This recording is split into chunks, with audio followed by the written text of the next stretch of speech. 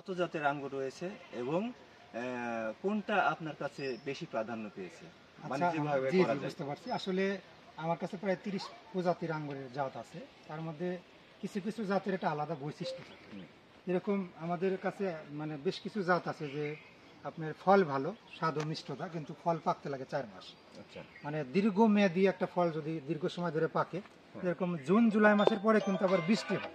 হ্যাঁ। বৃষ্টি হলে কিন্তু আবার একটু মানে আঙ্গুরের জন্য একটু ক্ষতি। জি। যার কারণে এমন একটা ভ্যারাইটি আমরা সিলেক্ট করছি যে জাতটা আপনারা দেখতেছেন বাইকোনোর। হ্যাঁ। এই জাতটার গুণ হলো আপনার অল্প বয়সের গাছে ফল ধরে, যদি 1 বছর বয়স হয় তাহলেই ফল ধরে, এবং ফলনটাও খুবই বেশি, এবং এই ফলটা 80 থেকে 85 দিনের মধ্যেই পরিপক্ক হয়। এবং এটা মোটামুটি বছরে মানে 2 বারও হয়। প্রথম সিজনে আপনার হলো যখন সিজন আসে তখন একটু বেশি হয়, পরে অফ সিজনে একটু কম হয়, তবে এটা মানে অফ সিজনে কিছু না কিছু আসেই। আচ্ছা আচ্ছা।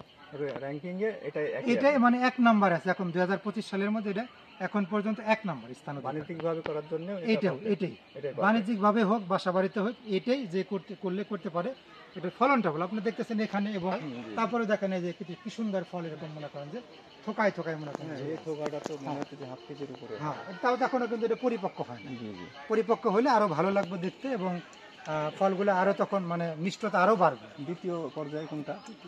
দ্বিতীয় পর্যায়ে অন্য জাত আছে, যেরকম ভ্যালেসটা তার পাশাপাশি করা যেতে পারে। ভ্যালেসটা মোটামুটি আর 80-85 দিনের মধ্যে পাকে, আর আপনার হলো ওটা মোটামুটি ফলনটা ভালোই। আরো বেশ কিছু